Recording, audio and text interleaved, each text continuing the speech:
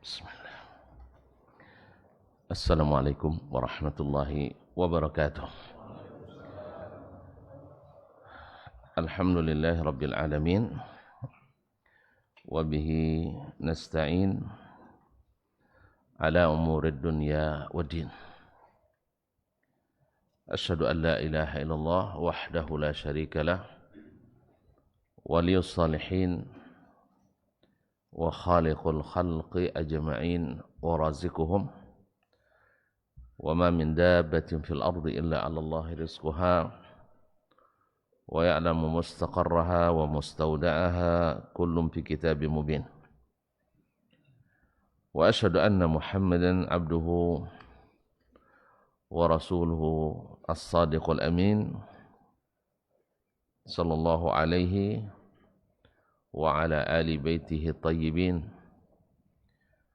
wa azwajihi tahirati ummahatil mu'minin wa ashabihil qadatil ghurril mayamin wattabi'ina lahum bi ihsanin ila yaumin yamtazu fihi ashabus shimali an ashabil yamin. Amma ba'd, fa usi nafsi wa iyyakum ayyuhal muslimun wa ayyatuhal muslimat bitaqwallahi azza wa jal rabbil ardi was samawat fa innahu qad fazal muttaqun. Ya ayyuhalladzina amanu taqullaha haqqa tuqatih wa la tamutunna illa wa antum muslimun. Bapak dan ibu-ibu, saudara-saudari, kaum muslimin dan muslimat, al-hadirin wal hadirat wal musyahidin wal musyahidat, para alim ulama, cerdik pandai, tokoh adat, tokoh masyarakat, yang bergelar tak dipanggil gelar, yang tak bergelar tak sebut nama. Semoga semuanya dalam keadaan senang dan bahagia, sehat walafiat, mendapatkan rahmat dan nikmat dari Allah Subhanahu wa taala. Mudah-mudahan hati kita pagi ini bersyukur karena diberikan nikmat, merasakan nikmat datang di tempat ini. Dan itu tanda insyaallah sebagai hamba Allah yang beriman dan bersyukur, merasakan kelezatan taat kepada Allah Subhanahu wa taala. Oleh itu mari kita sama-sama mensyukuri nikmat ini. Mudah-mudahan akan kita nikmati selalu sampai akhir hayat kita nanti. Semoga salawat dan salam tak pernah pula berhenti kita ucapkan untuk Nabi kita junjungan alam, khususnya di saat-saat namanya disebutkan. Dan kita berharap mudah-mudahan salam dan salawat bermanfaat dengan mendapatkan syafaat di hari kiamat. Kaum muslimin, kaum muslimat dirahmati Allah, ini masih bersama Imam As-Sabuni rahimahullah di akhir-akhir dari kitab ini, Aqidatus Salaf wa Ashabil Hadis. Setelah beliau menjelaskan dari awal tentang akidah Ahlus Sunnah wal Jamaah, tentang akidah As-Salaf wa Ashabul Hadis, mulai dari masalah sifat-sifat Allah SWT, tentang Al-Quran sebagai kalamullah, sampai kepada nuzul Allah SWT, sampai keyakinan kita tentang para sahabat, sampai bagaimana tanda-tanda ahli sunnah dan tanda-tanda ahli lawan sunnah apa? Itulah tuan-tuan, begitu dikiranya sunnah dengan bid'ah berkawan. Gara-gara bid'ah hasanah itu, gara-gara bid'ah hasanah. Mana ciri ahli sunnah dan mana ciri ahli non sunnah? Gitulah. Non sunnah, tidak boleh sebut bid'ah. Taib. Tentang sensitif sekali. Taib. Lalu disebutkan pula oleh beliau tentang ulama-ulama yang dikenali dengan ahlus sunnah dari zaman awal sampai zaman beliau. Dan kita lihat dari nama-nama yang disebutkan, walaupun tidak semua, karena juga dalam kitab ini Abu Tahir As-Silafi juga menyebutkan beberapa nama-nama dan banyak yang sesuai namanya dengan yang disebutkan oleh Imam As-Sabuni rahmatullahi alaihi. Ya, jadi memang Ahlus Sunnah itu imam-imamnya jelas, ulama-ulamanya jelas tidak terkontaminasi. Makanya yang terkontaminasi tidak disebutkannya. Oleh sebab itu wallahu alam, inilah Ahlus Sunnah, karena memang Ahlus Sunnah itu tidak mengenali dalam hujjah dan dalilnya kecuali Al-Quran dan Sunnah. Dan Ahlul Bid'ah tidak, mesti memakai dalil-dalil yang merupakan sumber, yarhamukallah, merupakan sumber bid'ah. Sumber bid'ah lahir dari terpaksa diulang kitab dari awal nampaknya. Bid'ah lahir dari sunnah. Hati-hati. Masa bid'ah lahir dari sunnah? Itu mah kan sekeluarga dia. Jadi Ahlus Sunnah itu juga pelaku bid'ah. Penyebar bid'ah ahli sunnah. Sunnah itu lahir dari wahyu. Kalau bid'ah lahir dari Pak Wahyu. Nah, itu dari akal. Jelas? Dari pikiran dan perasaan yang menghasilkan mengkristal jadi keinginan. Jadi dari pikiran ke perasaan akhirnya menjadi keinginan. Kalau saya tak ingin, saya tak terima. Kalau saya ingin, saya terima. Itulah makanya disebut dengan ahlul hawa. Ahlul hawa. Karena hawa itu artinya menginginkan. Misalnya saya menginginkan gadis itu, maka inni ahwa tilkal fatat. Saya berhawa kepada gadis itu. Inni ahwa hadal amra. Saya menginginkan urusan ini. Makanya disebut ahlul hawa. Sedangkan Ahlus Sunnah memang lahir dari Al-Quran dan Sunnah. Dan lebih spesifik mereka disebut Ahlus Sunnah. Karena memang Sunnah itu membedakan antara bid'ah. Kalau Al-Quran masih hammalatul wujuh, masih multi interpretasi, masih multi tafsir. Maka mesti kita tanya tafsirnya kepada ahlinya. Karena Nabi SAW datang untuk menafsirkan Al-Quran. Kepada siapa? Kepada kita umatnya. Nah, jadi kalau ketemu tafsir Nabi dengan tafsir selain Nabi tidak berkesesuaian, tuan-tuan jangan ragu ikut tafsiran Nabi. Sahih? Dan tinggalkan tafsiran yang lain bila bertentangan. Kan itu tadi. Awalnya tidak berkesesuaian berarti bertentangan. Tapi kalau tidak bertentangan, itu namanya tafsir variatif. Bukan tafsir yang bertentangan. Dan tidak mungkin. Ya, tidak mungkin hal-hal yang sifatnya variatif akan bertentangan dengan hadis Nabi SAW. Tapi kalau bertentangan, selamat tinggal hadis Nabi. Ya. Ngantuk nampaknya. Kalau bertentangan, selamat tinggal sunnah Nabi. Hah? Pendapat Mbah Yai. Itu kan pendapat Mbah Yai. Karena tafsiran Mbah Yai ini bertentangan. Kalau tidak bertentangan ya, tidak apa-apa. Kalau bertentangan berarti Kalau tidak bertentangan berarti kesesuaian. Nah, kita dapatkan dari nama-nama yang disebutkan oleh beliau. Siapa yang masih ingat 4 nama saja? yang disebut oleh beliau kemarin? Hah? As-Sawri. Apa tengok bang? Imam Ahmad bin Hanbal.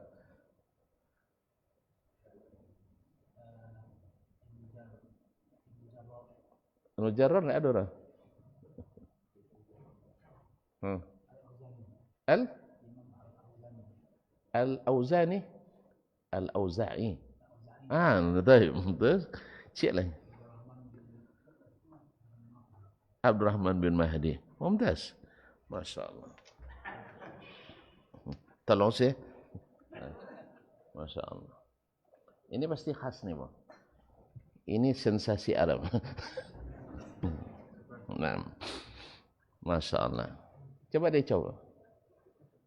Coba. Suka? Kau nak saya ganti? Ya ganti. Mantap? Alhamdulillah. Saya suka itu. Tapi jangan dikembalikan. Ma'asyarul kiram dirahmati Allah. Nama-nama itu tidak ada yang terkontaminasi dengan hawa. Malik, Ahmad, Al-Auza'i, justru mereka adalah orang-orang yang dibenci oleh ahlul hawa. Orang-orang yang dibenci oleh ahlul hawa. Kan kemarin dari awal sudah beliau sebutkan, ahlus sunnah membenci ahlus sunnah. Ya Allah, memang kan itu apa masalahnya hari ini? Ahlus sunnah membenci ahli ahlus sunnah. Nah, pasti membenci yang lawannya.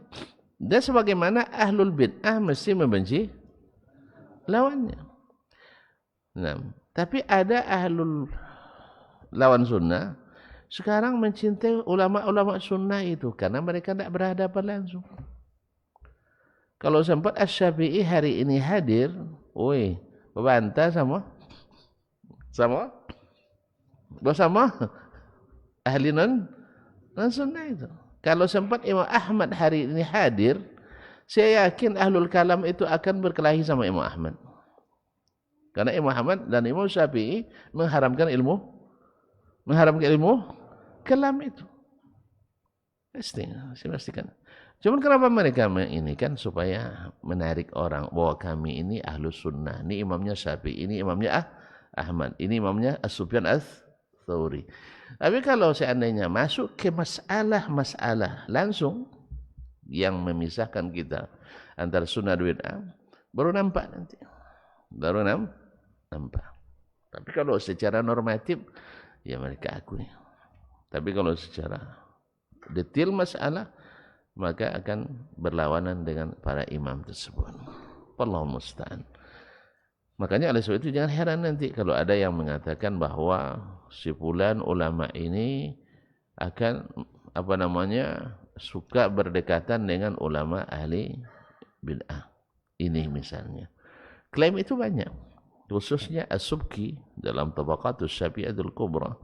Kemudian dalam kitabnya juga yang lain, Muzil Siqam wa Mubidir Ni'am, itu juga beliau banyak mengklaim seperti yang diklaim oleh para ahlul kalam hari ini, bahwa semua ulama Syafi'iyah mesti berpemahaman Abul Hasan Al-Asy'ari, kecuali sedikit yang kroco-kroco saja. Masya Allah. Begitu kata imam, kata As-Subki, salah seorang imam mazhab Syafi'i. Kita akui dia sebagai imam mazhab, betul.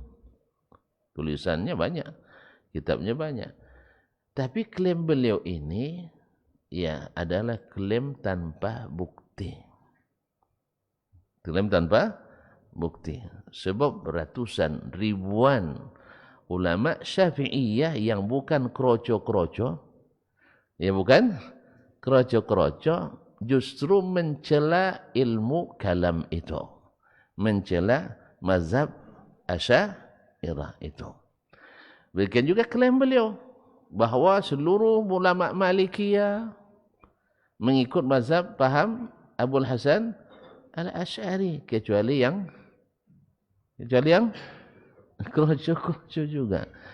Nanti kita bawa semuanya dengan buku-buku mereka, buku-buku Imam Mazhab Maliki, pasti akan kita dapatkan bahwa klaim dari Subki ada juga pepesan kosong. Itu masalahnya. Nah, sampai hari ini bahwa Asy'ariyah 95% di dunia hari ini. Itu kita tanya kaidah-kaidah yang mereka pakai, tidak ada orang kampung tuh tahu tuh. Orang-orang yang kuliah aja tidak ada tahu. Apalagi orang-orang kampung di mana pula datang 95%. Jadi klaim seperti itu biasa. Orang namanya kampanye. Sah? Namanya kampanye. Mengumpulkan massa sebanyak-banyaknya. Kalau bukti tidak. Makanya seperti yang saya sebutkan yang pertemuan 2 pekan yang lalu, Imam Al-Khatib Al-Baghdadi menulis kitab Tarikhu Baghdad. Sudah jadi dibacanya? Siapa yang baca kemarin? Nama judul buku udah lupa juga tuh nampaknya. Iya. Bukunya pendeknya 14 jilidnya. Ya. Kalau ada yang minat baca, ada di rumah tapi saya tidak boleh pinjam keluar sekarang. Banyak kitab saya hilang kalau dibawa keluar. Saya lupa, dia lupa. Nah, yang minjam lupa. Yang pasalnya adalah kalau buku berjilid diambilnya jilid 2. Kan payah. Kalau yang satu-satu jilid tidak ada masalah. Dan itu sudah sering sekali. Jadi dari sekarang saya tidak izinkan lagi kitab saya keluar dari rumah saya.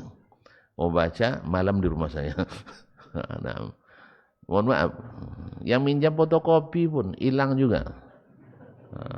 Ya, mahasiswa banyak yang ya saya maklumi lah. Mungkin dia lupa. Besok aja. Akhirnya hilang itu kitab. Terselip di antara kitab-kitabnya. Allah musta'an. InsyaAllah, ya bagi yang merasa pakai kitab, belum mengembalikannya. Karena kata Syekh Abu Bakar Al-Jazairi, kun kariman fi kulli syai' illal kitab. Kamu jadilah dermawan dalam segala sesuatu kecuali kitab. Karena kitab itu kadang-kadang tidak diterbitkan lagi. Dan hanya itu satu-satunya naskah yang tertinggal. Lalu dibawa orang, hilang. Yang bawanya ustaz-ustaz pula. Nah, itu masalahnya, bawanya ustaz juga. Allah musta'an. Ya. Atau kalau tuan-tuan yang pernah saya pinjamin buku, saya pinjam kepadanya buku, lupa saya tolong kasih tahu ya. Kayaknya tidak ada buku nampaknya. Baik, dari 14 jilid itu beliau menulis 7.783 ulama yang pernah hidup di Baghdad sejak zaman zaman sahabat sampai zaman beliau hidup. Siapa penulisnya tadi? Al-Khatib Al-Baghdadi. Beliau wafat 463. Berarti di zaman sudah banyak ulama-ulama Asy'ariyah di Baghdad, karena lahirnya juga mazhab itu di Baghdad. Maka dari 7.783 coba cari kalau memang mayoritas ulamanya berpaham Asy'ari. Cari 5 dari 1.000 saja, itu udah banyak tuh. Cari 5 dari 1.000. Kalau ketemu nanti saya akui hebat. Berarti mayoritas. Dapat 5 dari 1.000 berarti sudah mayoritas. Tidak akan ketemu. Karena memang mohon maaf kaum muslimin dan muslimat, ahlul hawa itu tidak masuk dalam golongan para ulama. Di masa ulama masih banyak. Paham tak? Di masa ulama masih banyak ulama ahli sunnah yang dominan. Kapan mereka baru dianggap sebagai ulama? Setelah tidak ada lagi ulama yang berkelas seperti mereka. Kalau sudah mulai ulama campur-campur, kan ada dia ahli hadis tapi tidak mengikut manhaj ahli hadis. Pernah dengar ini? Pernah dengar istilah ini? Ahli hadis, muhaddis tapi tidak mengikut manhaj ahli hadis. Pernah dengar istilah ini? Di mana? Belum lah, ngaku-ngaku. Baru sekarang. Nah, kalau gitu selepas ini kita baca kitab Fadlu Ilmi Salaf ala Ilmi Khalaf. Mau? Sudah pernah? Belum ya? Tidak salah pilih nanti. Hah? Keutamaan ilmu as-salam dari ilmu al-khalam. Ditulis oleh Imam Ibn Rajab Al-Hambali. Jangan takut, kitabnya lebih kecil dari ini. Ya, cuma karena saya ini orangnya banyak cerita jadi panjang. Siap enggak berlama-lama? Siap berlama-lama? Iya nah. Ini aja enggak tamat-tamat. Berapa nih? Allah musta'an. Baik kaum muslimin dan muslimat, setelah beliau menyebutkan itu, beberapa yang disebutkan karena itu isu yang viral di masanya. Pengingkaran yang viral di masanya itu yang dibahasnya tentang masalah Al-Qur'an, kalamullah, tentang Allah di atas tentang sifat-sifat Allah dan sebagainya. Karena memang di masa beliau mulai bangkitnya yarhamukallah ahlil kalam, tetapi mengangkat dirinya sebagai alus sunnah, menjadi penengah antara Mu'tazilah dengan ahli hadis, yang menurut mereka ahli hadis tidak mewakili ahli sunnah. Makanya Imam Ahmad bilang kalau tidak ahli sunnah ahli hadis, tidak ada ahli sunnah itu. Jadi kalau tidak ahli sunnah ahli hadis, berarti ahli sunnah tidak ada.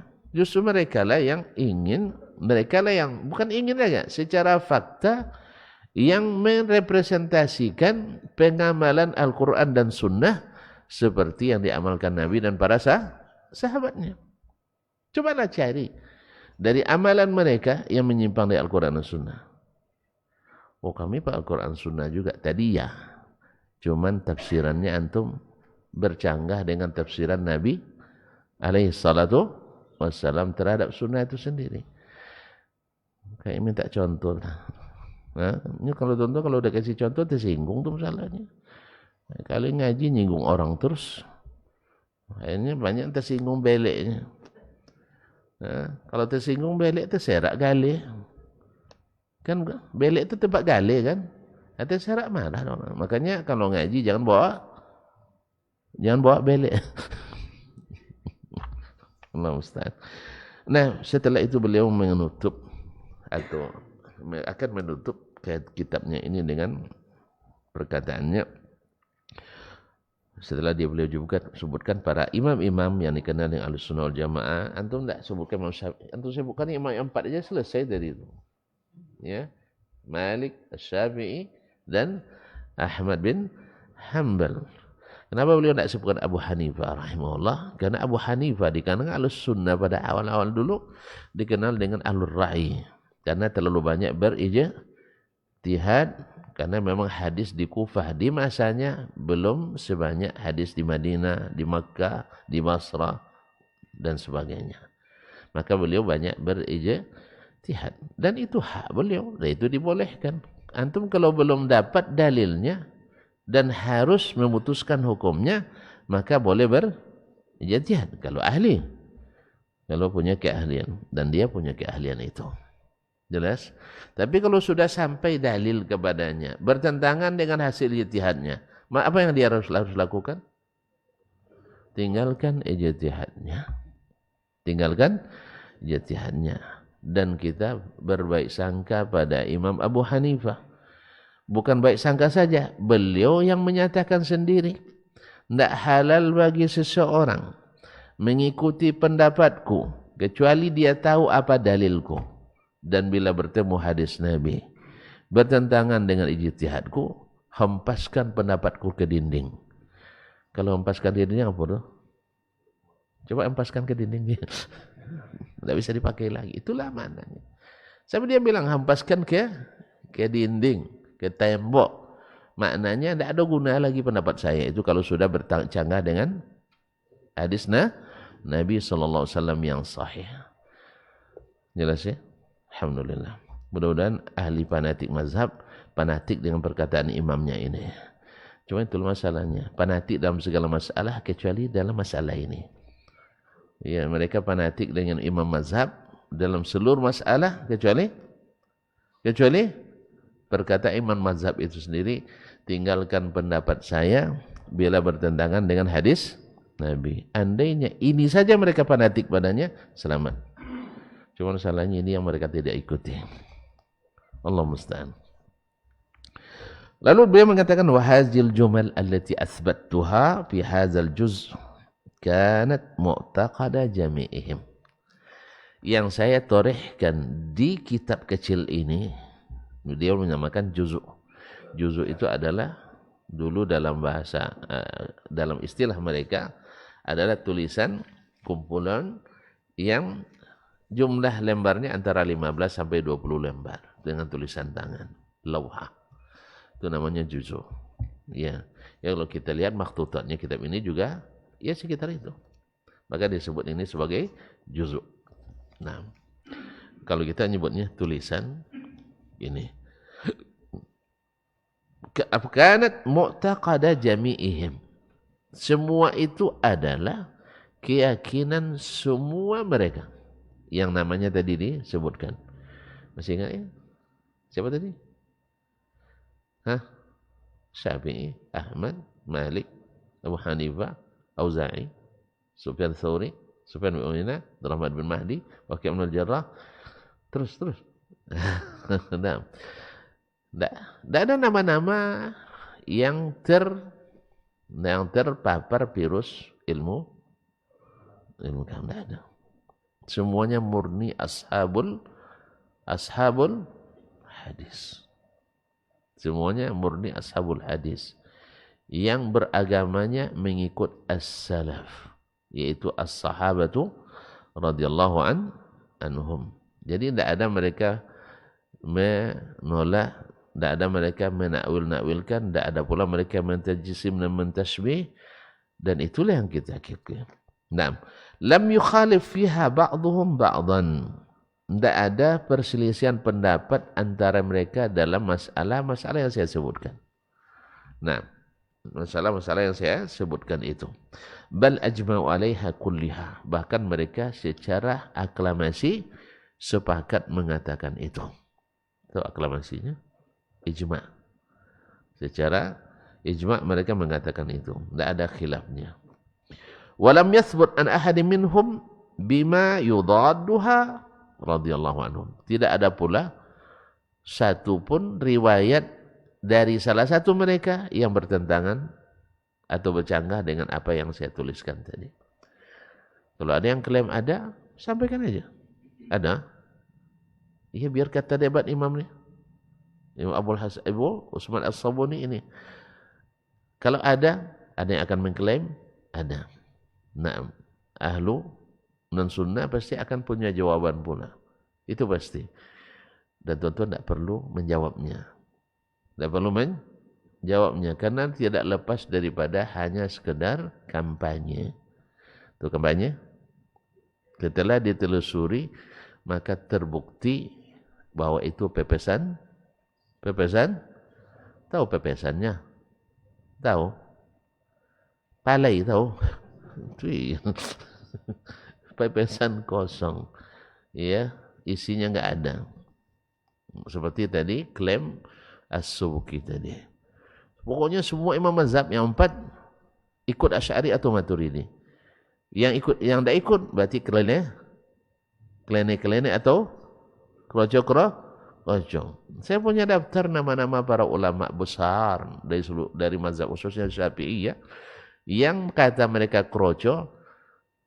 Di antaranya di sini disebut. Misalnya Imam Muhammad ibn Ishaq ibn Khuzaimah. Ini mohon maaf ya. Muhammad bin Ishaq ibn Khuzaimah. Apa gelarnya kemarin? Lupa lagi. Memang harus diulang sampai 30 kali. Nah, Imamul A'immah. Imamnya para imam. Gelar siapa? Ibnu Khuzaimah. Digelar dengan Imam Al-A'immah. Imamnya para imam. Mazhabnya apa? Syafi'i. Dia pengikut mazhab Syafi'i. Subhanallah. Kaum muslimin dan muslimat. Ini kroco. Digelar imamnya para imam. Kroco. Jangan imamnya para imam di bidang ilmu. Imamnya para imam masjid aja sudah. Sempat di Abu Ubay ini. Imamnya 5. Satunya imamul a'immahnya. Sudah besar kan? Wih, jauh lah. Iya, sebab di sini rata-rata imamnya hafiz. Dan dia imamnya para imam di sini. Hebat enggak? Hebat. Apalagi dia imamul a'immah di dunia. Di dunia internasional. Dikenal dengan sahibu hadis. Lalu diklaim juga beliau itu sebagai pengikut mazhab ahlil kalam. Oleh ahlil kalam. Tak tahu rupanya ya. Sampai Imam Ad-Darqutni, imamnya ahlil hadis. Karena dia pernah bersalaman, berpelukan dengan imamnya ahlil kalam. Langsung jadi ahli. Salah tuan-tuan juga. Asal duduk sama ahlil kalam, langsung jadi ahlil kalam. Dari sebelah kita, tentu dulu Imam Ad-Darqutni terlalu lunak pada ahli bid'ah katanya. Di sebelah sana, oh Imam Ad-Darqutni itu hebat. Dia berkawan sama kita, berkeyakinan dengan kita. Risiko juga ya. Risiko juga ya. Kawan menuduh kita, lawan mengklaim kita. Ada enggak sampai hari ini? Banyak, alhamdulillah. Tuan-tuan tahu, paham. Makanya mintalah kepada Allah diselamatkan dari fitnah itu. Imam Darqutni, bahkan imam kaum muslimin semuanya siapa?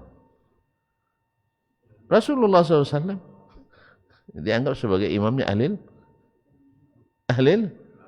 kalam. Karena Nabi berbicara pakai bahasa yang majaz, yang perlu ditakwilkan atau ditafwidkan. Jadi Nabi sendiri tidak paham makna ucapannya. Ini bagi ahli tafwid.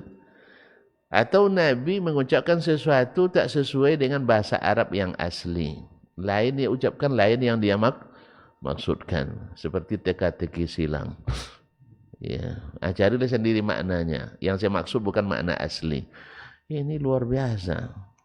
Luar biasa penyesatannya. Padahal Allah menyebut Al-Quran bilisanin Arabiyyin mubin. Dan para sahabat sepakat mengatakan Nabi itu bahasanya jelas, ringkas. Tiba-tiba tuan-tuan bilang bahasanya tidak jelas, tidak dipahami maknanya. Seperti yang dia ucapkan, tapi seperti yang kami inginkan. Nampak tu? Jadi ucapan Nabi itu seperti yang kami inginkan. Maknanya bukan seperti yang Nabi jelaskan. Karena sallallahu alaihi wasallam aku begini, subhanallah, banyak juga yang ngikuti. Iya. Karena memang kebanyakan manusia la ya'lamun, tidak berilmu.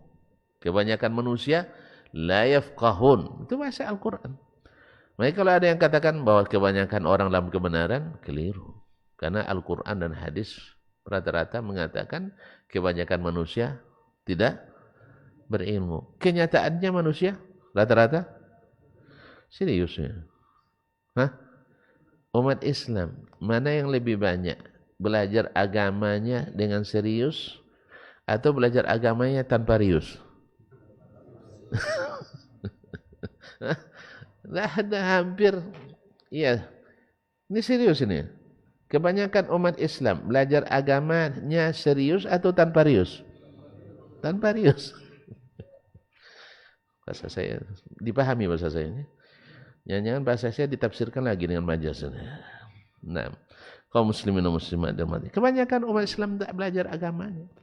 Itu di mana pula mereka mayoritas orang dalam kebenaran. Masuk. Yang benar itu harus dipelajari. Kalau yang batil, sambil dengar sambil lalu dapat. Tidak perlu di masjid, tidak perlu di pesantren, tidak perlu di sekolah, tidak perlu di institut di universitas. Cukup di tepi jalan, di warung dapat tuh. Di warung aja dapat, di TV dapat, di semua dapat, di internet dapat. Searching, cari aliran sesat, dapat semua. Tapi kalau yang ilmu harus beradu lutut dengan para ulama, kata para ulama kita. Harus beradu lutut sampai pegal-pegal lutut kita bersilah, bersimpu dah pegal. Kalau sudah pegal, berhenti kita dulu. Kan tak mesti selesai hari ini juga lah. Sahih? Antum mau selesai juga hari ini? Kalau selesai tak ngaji lagi kita besok. Nah, ma'asyiral kiram. Qala wattafaqu ma'a dzalika, alal qawli biqahri ahlil bid'ah. Mereka juga sepakat, siapa mereka tadi? Ulama-ulama yang disebutkan tadi. Biqahri ahlil bid'ah. Untuk mempersempit ruang gerak ahli bid'ah.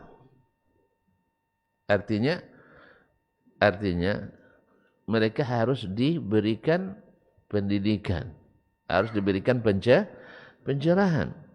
Nah, jangan diberikan peluang untuk menyesatkan. Dan itu sepakat mereka.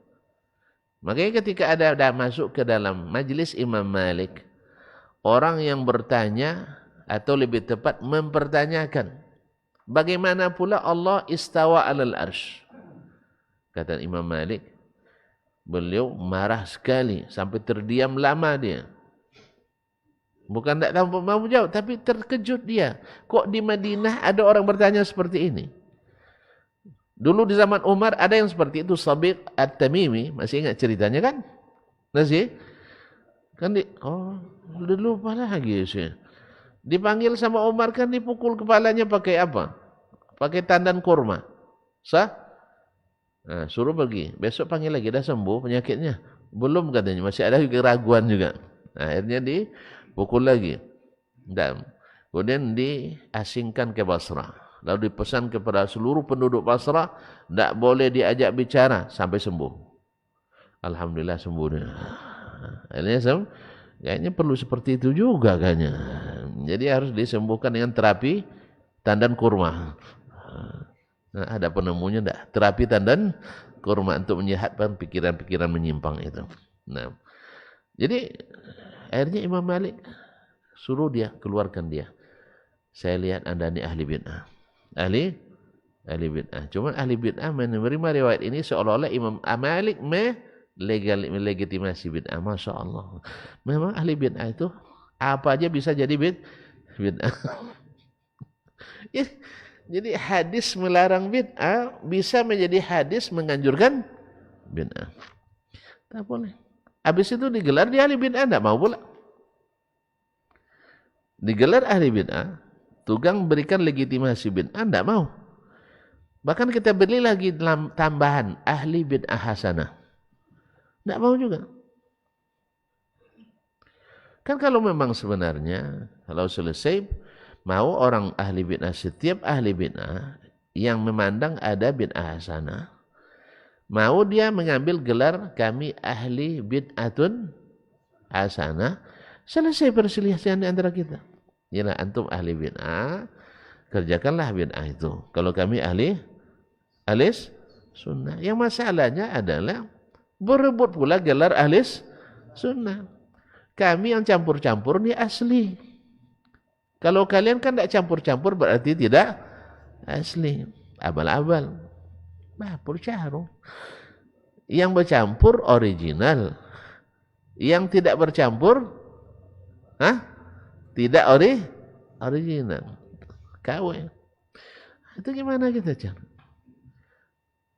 Jus ori. Ya, pesan jus original. Banyakkan gulanya ya. Banyakkan susunya, banyakkan esnya. Itu ori jadinya. Enggak, kalau ori itu tanpa susu, tanpa gula, tanpa ais. Ini enggak. Bid'ah masuk juga. Sunnah iya juga. Tapi ceritanya original. Kan lucu. Tapi lucu itu yang laku pula. Karena kita memang suka yang lucu-lucu. Aneh. Tapi nyata. Kita memang suka yang aneh. Suka yang aneh-aneh. Makanya bisa, ada yang mengklaim bisa berbahasa semut. Banyak pula yang ikut. Sahih. Ada yang tahajud, tarawih di siang hari. Banyak pula yang ikut. Karena apa? Karena kita memang suka aneh tapi nyata. Aneh tapi nyata. Nah, jadi kaum muslimin dan muslimat rahmati Allah. Jadi mereka sepakat pula dari nama-nama yang disebutkan itu untuk mempersempit atau memaksa ahli bid'ah. Al-qahru itu kan memaksa ahli bid'ah wa izlalihim, dan tidak memuliakan mereka atau merendahkannya, wa ikhzaihim, dan merendahkan mereka, wa ibadihim, dan menjauhkan, wa iqsaihim, juga sama, ibad dengan iqsa sama menjauhkan, wa taba'udi minhum, dan kita pun menjauh daripadanya karena takut tersambar api fitnah bid'ah.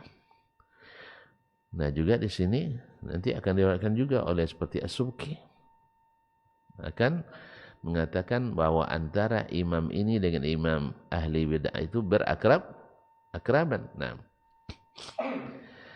seperti tadilah orang datang ke rumah atau ke majelis Ad-Daraqutni misalnya, orang yang Masya Allah, kalau misalnya sekarang misalnya ya, kepala atau ketua ormas ini misal, dia dikenal sebagai ahli bid'ah, lalu datang ke rumah saya, kira-kira apa yang harus saya lakukan? Woi, pulang gitu ya? Woi, dia bawa polisi ke rumah saya nanti. Nah, itulah radikalnya kan itu kan? Paham enggak sih? Ini yang terjadi dengan imam. Habisnya dipoto oleh timnya. Lalu di-upload di Facebook, di TikTok. Woi, rupanya dah berkawan Ustaz itu sama itu dah semazhab. Itu yang dimanfaatkan. Dibaca soalnya abang ahli lebih bau Ustaz rupanya. Akhirnya kena pula Daraqutni dari kawan-kawan yang semazhab, yang sepaham. Makanya ma'asyiral kiram yang rahmati Allah, kadang-kadang sebagian ulama itu karena dia punya ketokohan, akhirnya didekati oleh orang. Dalam kondisi seperti itu, ya Nabi sendiri kan pernah melihat orang bi'sa akhul asyirah. Ini orang paling buruk di kabilahnya. Tiba-tiba bertamu ke Nabi SAW. Apa yang dilakukan Nabi? Woi, orang jahat pulang gitu ya? Gitu. Apa kata Nabi? Woi, baca hadisnya Sahih Bukhari mah. Datang dia masuk, disambut seperti tamu biasa yang tetap dimuliakan. Kalau bahasa kita, bahasa basinya ahlan wa marhaban, tafadhal. Nah, silakan duduk, dikasih tempat duduk, habis itu dikasih minum, dikasih kue, lalu dikasih makan, dah. Dan Nabi bicara dengannya seperti tak terjadi apa-apa. Jelas ya? Ini sunnah Nabi ini. Paham? Sunnah Nabi alaihissalatu wassalam. Dan itu pula yang cerita Syekh bin Baz dengan Syekh dari Mesir. Masih ingat juga? Masih lupa lagi ya, Masya Allah. Yang kemarin, masih lupa? Yaitu orang yang sangat memusuhi dakwah Syekh Muhammad bin Al-Wahhab. Anti Wahabi nomor 1. Karena dia seorang syekh ahli qiraat di Mesir. Lalu diundang untuk ngajar di Jami'ah Al-Islamiyah di Madinah. Berbantah sama seorang mahasiswa Saudi. Karena dia menjelek-jelekkan orang Arab, akidahnya orang Arab Saudi. Yang nama anak muda itu bantah dia. Sampai ke dekan, tidak selesai. Sampai ke rektor Syekh bin Baz. Masih lupa juga. Astagfirullah, panjang lagi cerita saya nanti, naknya selesai. Singkat cerita, akhirnya Syekh bin Baz kirim surat kepadanya untuk menghadap. Ketika dapat surat dari Syekh bin Baz, dalam bayangan Syekh itu, ini pentolan Wahabi ini. Dan Wahabi itu tidak bisa menerima perbedaan pendapat. Orangnya kasar, suka mengapirkan, orangnya kejam. Jadi terbayanglah, ini terpaksa bungkus kain lagi. Terpaksa kemas, pasti dideportasi. Pasti dipulangkan. Itu yang terbayang sama dia. Karena selama ini di Mesir, waktu dia belajar, itu yang digambarkan kepadanya. Bahwa Habib itu hati-hati. Maka, tapi kalau mau dia ke Saudi, ambil uangnya. Ambil uangnya, jangan ambil ilmunya. Kan banyak juga yang gitu kan. Ambil uangnya, jangan ambil ilmunya. Tapi alhamdulillah banyak juga yang kecantol akhirnya. Apa sebab? Sebab yang difitnahkan berbeda 180 derajat dari yang dilihat dalam dunia nyata. Dan yang terjadi dengan Syekh. Datang ke kantor Syekh dalam keadaan, boleh katakan artinya apa namanya, ketakutan dalam jiwanya. Artinya ketakutan di sini maksudnya kehilangan pekerjaan, pulang kampung. Di Mesir tinggi gajinya, di Arab Saudi sedikit. Angkanya sama. Kalau kita pulang ke Indonesia gaji tinggi, sah? Kalau Arab Saudi? Coba bayangkan tuan-tuan, saya masih mahasiswa di Arab Saudi dapat 850. Iya, kan kecil kan? Pas sampai Indonesia langsung melonjak jauh sekali. 1.625.126,28 rupiah. Entah, antum dulu yang verifikasi itu ya. Masih ingat? Antum lupa, saya masih ingat. Karena yang antum hafal banyak, yang hafal saya itu aja. Ini gaji pertama dulu tuh. Nah, sempat pula 2 bulan enggak keluar gaji. Tahu enggak? Enggak tahu juga, SK enggak ada. Makanya kalau ada pekerjaan tanpa SK, siap-siap tidak digaji. Terlambat. Walaupun saya diundang pulang dengan surat rektor, tapi kepegawaian lambat mengeluarkan SK. Salah siapa? Entahlah siapa yang salah. Yang penting gaji enggak cair. Tapi jangan demo enggak. Kaum muslimin dan muslimat dirahmati Allah. Akhirnya dia cemas. Cemas ya, bukan takut lah, cemas tadi. Saya enggak menemukan kata itu tadi. Cemas sekali. Tapi justru ketika masuk ke kantor Syekh bin Baz, Assalamualaikum. Syekh langsung menyambutnya, berdiri dari kursi. Padahal Syekh bin Baz buta kan? Ya, dengar suara Syekh dia kenal. Karena hafalannya kuat. Ya, Buya Jupri, Buya Furqan pernah menceritakan, saya bertemu tahun ini, setahun setelahnya saya datang ke kantornya, pas saya ucapkan salam, Assalamualaikum, ahlan wa sahlan ya Jupri. Masya Allah, awaknya melek begini, baru sepekan, siapa nama bang? Ini setahun dia tidak lupa. Padahal beliau berapa banyak orang yang datang ke kantornya, ribuan, bukan puluhan ribu, tidak berhenti tamu dari berbagai negara. Tapi subhanallah, ingat dia karena bersih hatinya, bersih pikirannya. Dia bilang ahlan wa sahlan ya Jupri. Ketika dengar suara Syekh tadi, pastilah dia lebih hafal lagi.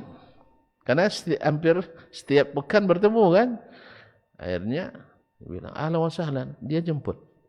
Dia duduk. Awalnya dia duduk di kursi rektornya, sekarang duduk di sofa Syekh, sederajat dengan Syekh tadi. Dia paham, ini orang dalam keadaan kecemasan. Sah? Maka diperlukan ketenangan. Maka duduk di sampingnya. Jadi kalau antum nanti ada orang cemas pada antum, jangan semakin naik tahta, tambah cemas dia. Apalagi pakai pakaian kebesaran. Enggak. Duduk sampingnya, biar dia tenang. Jelas? Duduk di sampingnya sambil cerita-cerita. Kata Syekh yang menceritakan langsung kepada saya, yang hadir waktu itu dekan Fakultas Al-Quran, dia katakan, wallahi katanya Desman, 2 jam lebih mereka bicara, tidak sedikit pun menyinggung masalah kesalahan tadi. Akhirnya, pada orang keramai nunggu, akhirnya saya lerai katanya. Syekh, tidak boleh kami minta izin. Kan tidak ada juga cerita tentang masalah tadi kan. Padahal saya dah mulai hilang cemasnya. Dah cerita tentang dakwah, cerita tentang ilmu, cerita macam-macam. Ya selama 2 jam kan banyak cerita. Tapi cerita berisi gitu. Daging semua. Nah, daging semua. Bahkan kata Syekh Abdul Aziz Qari, saya juga dapat ilmu dari majlis itu katanya. Akhirnya, oh ya, tidak apa-apa silakan. Nah, akhirnya diantar oleh si bin Baz ke mobilnya. Awak yang melek aja tidak mau ngantar, sah? Saya pula ngantar-ngantar orang bersalah begini. Sahih? Ahli bid'ah ini, sah? Diantar. Karena kita ini sedang berdakwah, bukan sedang bukan sedang menyidang. Makanya lebih baik jadi dai daripada jadi dewan hakim. Nah, jangan menghakimi. Diantar sampai ke mobil. Padahal beliau buta. Karena beliau ada sesuatu yang nak disampaikannya. Untuk menghapus semua file-file buruk yang selama ini ada di pikiran Syekh tadi. Nah, pikiran Syekh tadi. Seperti ini kaedah ini kan. Ahli bid'ah harus kita jauhi, harus kita persempit, harus bagaimana dan sebagainya. Tapi dalam dunia nyata nanti, kalau ketemu mobilnya apa, kita tabrak gitu ya. Ketika dia nak parkir, sengaja kita persempit gitu maksudnya. Enggak kan? Nah, jadi antara maksud di sini adalah jangan beli ruang untuk kita mendapatkan subuhatnya. Bukan artinya kalau awak utang kayaknya jemayu lah ahli bid'ah namanya. Boleh. Bukan itu maksudnya. Karena ada sebagian kawan kita seperti itu. Dan saya termasuk korbannya. Tak jauh le mazhabnya jemayu utang kayaknya lehnya. Ada. Ya, dapat dari Syekh titip untuk saya. Tidak diberikannya ke saya. Alasannya apa? Bukan. Nah itulah. Bukan. Tidak semanhaj. Ini adalah kesalahan. Dan ini adalah kezaliman. Tidak boleh terjadi. Bukan itu maksudnya. Hak salam. Kalau dia salam di jalan. Haram dijawab. Tuan-tuan pernah melihat seperti itu sah? Kalau tak jago je jawab salam ni. Tak cingkra je. Ini kesalahan lagi. Bukan itu maksudnya. Ma'asyarul kiram dirahmati Allah. Akhirnya menjelang masuk mobil, Syekh kusuk punggungnya. Syekh, antum tahu sendiri yang namanya anak muda. Semangatnya berapi-api. Salah saya itu. Wih, yang namanya darah muda. Ini yang generasi 70-an paham ya Bang. Darah muda. Kenapa Bang enggak hafal itu? Di Superband itu diputar orang terus, di pasar itu. Itu gimana enggak kan hafal? Sah? Buya juga permintaan lagu itu juga lagunya. Sah? Tentu hafal kita. Darah muda. Darah yang berapi-api. Jadi saya pinjam istilah itu. Anak muda itu darahnya berapi-api. Tentu nyambar-nyambar dia sih. Oleh sebab itu kita yang tua-tuanya harus sabar. Allah macam dapat oase dia di padang pasir. Akhirnya terhapus semua file-file buruk tadi dari pikirannya. Buktinya baru saja pintu mobil ditutup kata Syekh Abdul Aziz. Ya, belum bergerak mobilnya, lalu dia bilang, bawa dengan lahja Mesirnya, bawa semua kitab Wahabi itu ke sini, baru saya baca katanya. Ternyata sebelumnya belum pernah dibacanya. Apa nak dibaca? Benci. Antum kalau sedang benci pada istri, senyum pun sama gaya setan nampak sah. Padahal orang yang paling kau cinta, yang paling dekat sah. Apalagi orang yang dari asalnya juga sudah jauh dari kita. Tidak semazhab. Sah? Pernah nengok istri tidak bagus? Hah? Iya. Ini saya bikin anekdot ini, contoh apa namanya? Kada anekdot mengkiaskan ini ya. Artinya orang yang terdekat pun kalau dalam kondisi tidak senang, tidak mantap juga nampak sah? Sah ya? Apalagi orang yang memang dari asalnya juga jauh dari kita. Walhasil baru dia baca, alhamdulillah menjadi dai Wahabi besar di Mesir setelah itu. Karena dia tahu ternyata isu subuhat tidak seperti yang dia lihat. Yang dia terbayang tadi kan, yang terbayang olehnya tadi Sebian Basru nanti seperti Fir'aun. Ya itu yang terbayang tadi. Kan itu digambarkan. Jadi ternyata akhlaknya nubuwah, akhlaknya Nabi itu ada pada Syekh. Sah? Kan Nabi kan sering disakiti. Datang orang yang menyakiti, akhirnya menjadi orang yang paling mencintainya. Karena Nabi tahu dia menyakiti, tapi ada peluang untuk didakwahi.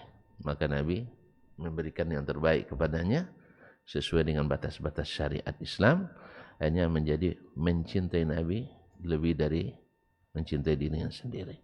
Baiklah kaum muslimin dan muslimat dirahmati Allah, wa min mushabim wa mu'asyarati, menjauh daripada bersahabat dekat dengannya dan bergaul kerap dengannya, wa taqarruba ila Allah azza wa jalla bi munyadabati muhajaratihim, dan ini termasuk bentuk taqarrub kepada Allah dengan menjauhi dan tidak mendekati mereka.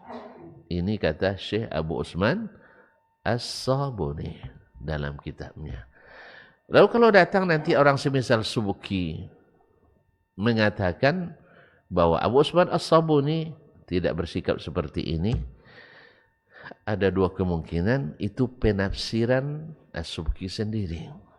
Seperti yang saya katakan tadi, kalau sempat Syekh bin Baz waktu itu dilihat oleh orang yang keras, wah bin Baz tidak kokoh di atas manhaj.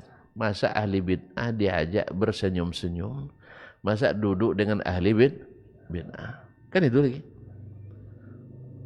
Kan ada. Duduk ahli bid'ah. Akhirnya Syekh bin Baz pun akan dikeluarkan itu.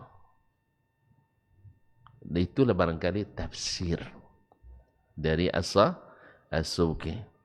Ya, kalau mungkin dia disebutkan kadang-kadang mungkin dia anak angkat dari Syekh Sifulan dan sebagainya, atau kedekatan pernah belajar satu majelis dengan misal. Nah, jadi penafsiran kalau sudah sama makan berarti sama keyakinan. Bisa? Sama makan berarti sama keyakinan, begitu. Mudah sekali antum berubah keyakinan ya. Sekali makan langsung berubah. Dan nikah pun kadang tidak juga berubah keyakinan. Ini bahasa sekali makan. Jadi penafsiran seperti ini, inilah yang saya maksudkan kaum muslimin. Yang pihak ini mengklaim, yang pihak ini mengkomplain. Kawan mengkomplain kita, lawan mengklaim kita. Itulah yang terjadi dengan Syekh. Makanya yang muktamad adalah apa yang dia tuliskan di sini dan apa yang dia lakukan pada umumnya dalam kehidupannya sehari-hari. Adapun kondisi-kondisi acara tertentu atau demikian tertentu, Imam Ahmad sendiri juga tidak akan selamat dari antum. Sebab ketika ditanya oleh muridnya Abu Dawud As-Sijistani, Syekh, saya punya saudara di Asbahan berpemahaman Murji'ah. Murji'ah ahli bid'ah atau tidak? Murji'ah berpendapat tidak? Bid'ah tak? Ahli bid'ah? Tidak katanya. Ahli bid'ah. Boleh tak saya tetap bergaul baik dengan mereka? Kata Imam Ahmad, waihak, masa masih keluargamu, harus kamu bersilaturahim dengannya. Artinya kalau dia pesta walimah boleh saya hadir? Ya hadir. Itu kata walimah saling belalak mata ya. Hei ahli bid'ah gitu. Enggaklah, tentu senyum kita. Masanya bergembira, masa antum bersedih. Masanya berdamai, masa antum angkat senjata. Sama orang kafir saja. Antum tersenyum juga kan? Masa enggaklah. Apalagi kalau jadi pelanggan setia. Masih senyum. Jadi ada masa-masanya yang itu tidak diterapkan. Oleh sebab itu maka jangan jangan kaku dalam menerapkan dan jangan juga kaku dalam menyikapi keadaan. Fatwa saja bisa berubah karena perubahan keadaan, apalagi yang ijtihad seperti ini. Wabillahi taufik. Nampaknya tidak selesai juga sih. Ya masalahnya antum suka dengan cerita itu masalahnya. Dan saya suka pula bercerita. Jadi ketemulah suka sama suka. Itulah. Inilah jadinya. Nah, kita tutuplah dulu. Sah?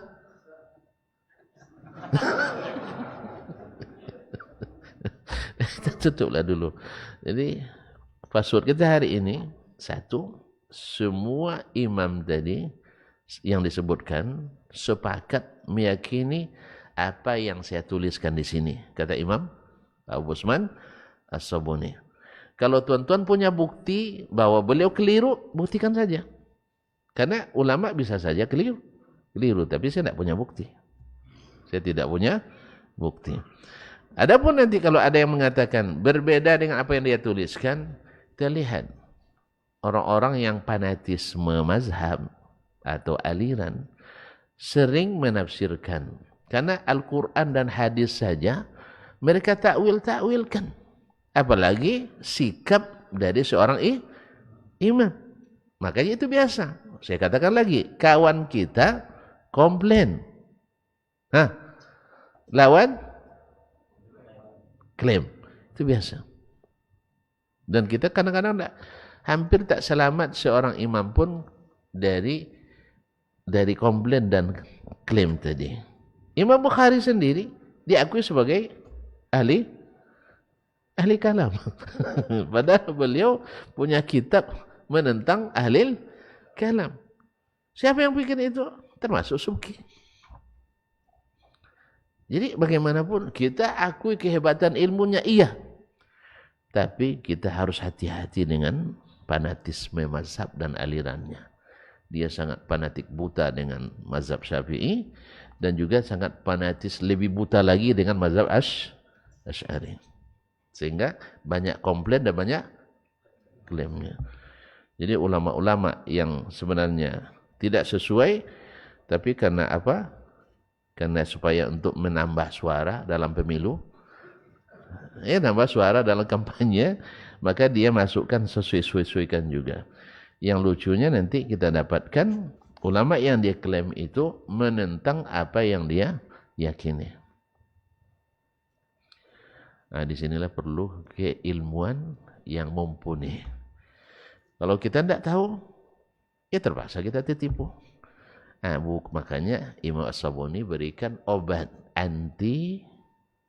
antibiotik atau anti apa namanya istilahnya?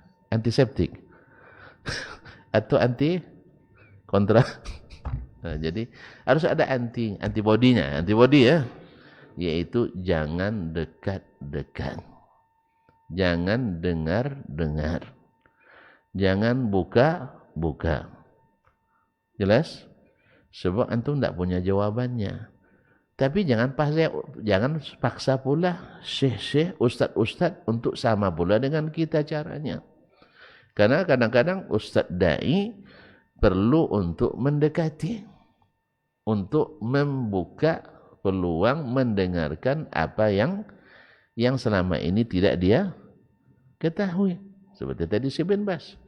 Kalau bukan karena Allah dan kemudian kasus ini dan sikap Syekh bin Baz seperti itu, mungkin sampai mati dia tidak akan membaca kitab Wahabi. Akhirnya tetap dengan membawa kebencian. Kalau antum ikut hawa tadi, dah pulangkan aja, dah selesai masalah. Bikin kacau aja di Madinah nih. Sah? Itu pikiran kebanyakan. Tapi orang yang berilmu mendalam seperti Syekh bin Baz, paham sih?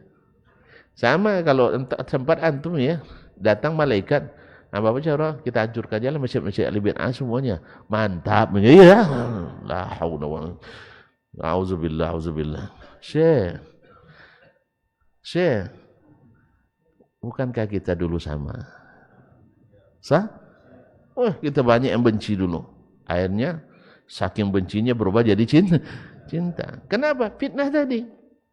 Digambarkan ini pada kita. Saya alhamdulillah setelah kita dekat dan klarifikasi, ternyata alhamdulillah tidak keluar dari Al-Quran dan Sunnah. Nabi SAW ingin memurnikan dan meninggalkan segala yang diada-adakan itu. Semampu yang kita bisa. Sah? Alhamdulillah jadi cinta. Kadzalika kuntum min qablu famanallahu alaikum. Dulu kalian juga seperti itu. Lalu Allah berikan karunia ini. Nah, harus ini juga pikiran kita pada saudara-saudara kita yang lain yang belum beruntung. Insyaallah. Maka sikap-sikap itu tidak boleh disamakan. Tidak boleh disamakan.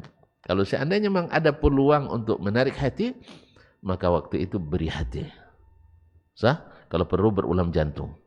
Nah, tapi kalau tidak ada peluang, kalau hanya untuk membahayakan kita, maka obatnya adalah antibody tadi. Jangan dekat-dekat.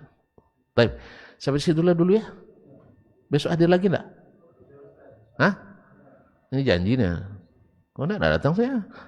InsyaAllah. Mudah-mudahan Allah masih memberikan kita waktu untuk bersama. Dan mudah-mudahan semua yang kita sampaikan adalah kebenaran. Kalau ada yang salah, kepada Allah kita mohon diampuni, dan kepada tuan-tuan mohon dimaklumi. Terima kasih dan mohon maaf. Wallahu ta'ala alam. Wassallallahu ala nabiyyina Muhammadin wasallam. Wassalamualaikum warahmatullahi wabarakatuh.